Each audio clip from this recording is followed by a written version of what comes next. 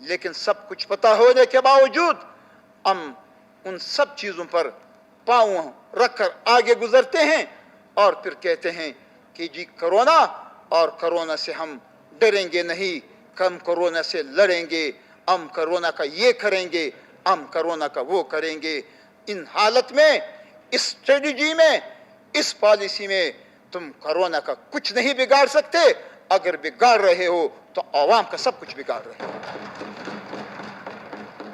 اس لیے جناب speaker, corona کے پیچھے چھپنے کی کوشش حکومت نہ کرے۔ کرونا اللہ کے فضل سے کچھ نہیں کر سکتا۔ ہمیں اللہ سے امید ہے کہ اللہ پاک اس قوم کو بڑے بڑے بحرانوں سے نکال چکی ہے۔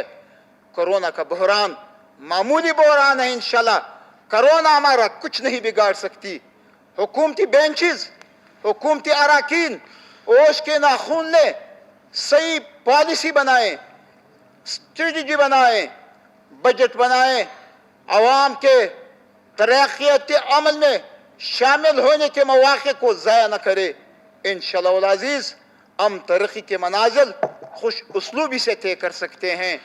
اگر ہم سیریس ہیں، اگر ہم سنجیدہ ہیں، تو پھر ہمیں سنجیدگی کا مظاہرہ کرتے ہوئے اپوزیشن کی تجاویز کو سنجیدہ لینا ہوگا، ورنہ اس بار ہم کسی کو اپنے حقوق بجٹ میں غصب کرنے کی اجازت نہیں دیں گے۔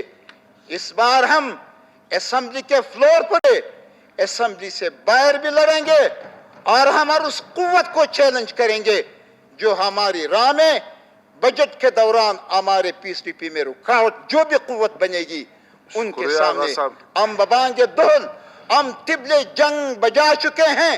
اب دنیا کی کوئی طاقت ہمیں اپنے حقوق سے بجٹ کے دوران محروم نہیں کر سکتی۔ شکریہ آغا جان۔ اس لیے جناب اسپیکر، مجھے بات کر لینے دیں، کیونکہ میرے آپ کا ٹائم پورا ہو گیا تھا جناب اسپیکر، جناب آپ نے اپنا خود جناب اسپیکر بات کی اپنے۔ جناب اسپیکر، آپ ذرا غور فرمائیں کہ صحت کے حوالے سے، ایجوکیشن کے حوالے سے، ہمارے صاف پینے کے حوالے سے، ہمارے روڈ، ہمارے انفراسٹرکچر کے حوالے سے کیا صورتحال بنتی جا رہی ہے۔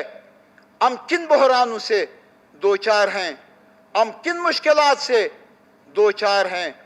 ہمیں لا اینڈ آرڈر کا مسئلہ درپیش ہے۔ لا اینڈ آرڈر پر ہم بجٹ میں اربوں کے حساب سے پیسہ رکھتے ہیں، اربوں کے حساب سے ہم فنڈ رکھتے ہیں، لیکن نتیجہ صفر، صفر اور صفر۔ اس کی بنیادی وجہ یہ ہے کہ ہم لوگ سنجیدہ نہیں ہیں۔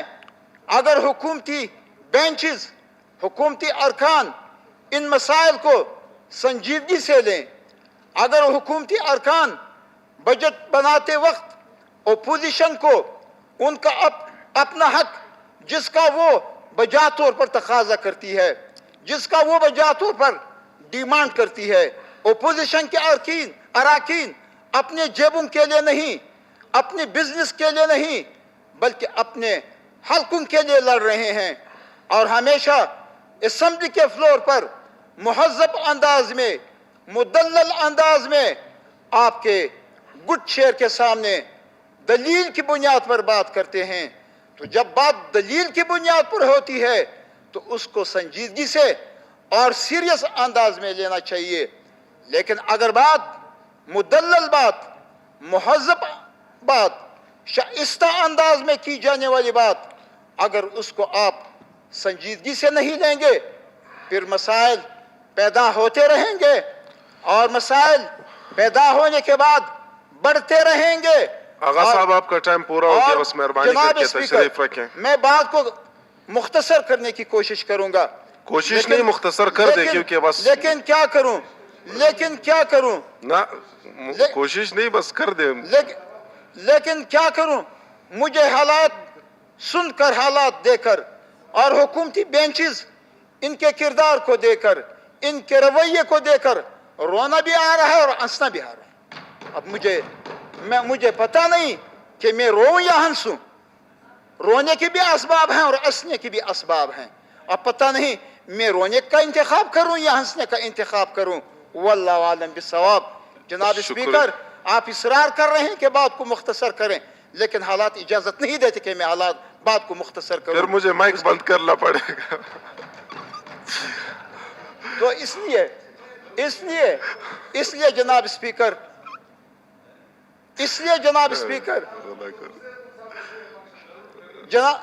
جناب اسپیکر بجٹ سازی کے دوران حالات کی نزاکت کا احساس کیجئے.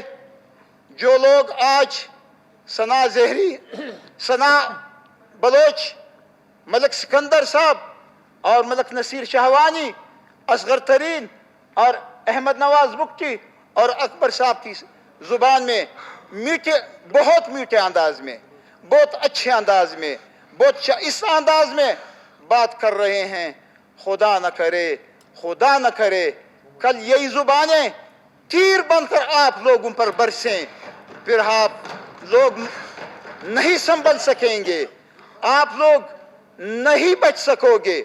عوامی قوت، عوامی سیلاب، وہ روڈ کے باہر، وہ اسمبلی کے باہر حالات میں سمجھتا ہوں بہت نازک صورت اختیار کر چکے ہیں.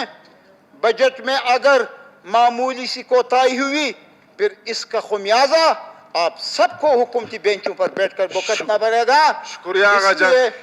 اس لیے جناب اسپیکر، جی خلیل جارج. بہرحال جناب اسپیکر شکریہ جناب اسپیکر صاحب. اس سے پہلے کہ تیر چل جائیں ہمیں بھی موقع دے دیں. آپ تشریف رکھیں، میں دیکھ رہا ہوں موزیز پھر آپ 2 گھنٹے اسپیکر صاحب نے دیا. احمد نواز بگٹی صاحب آپ تشریف رکھیں.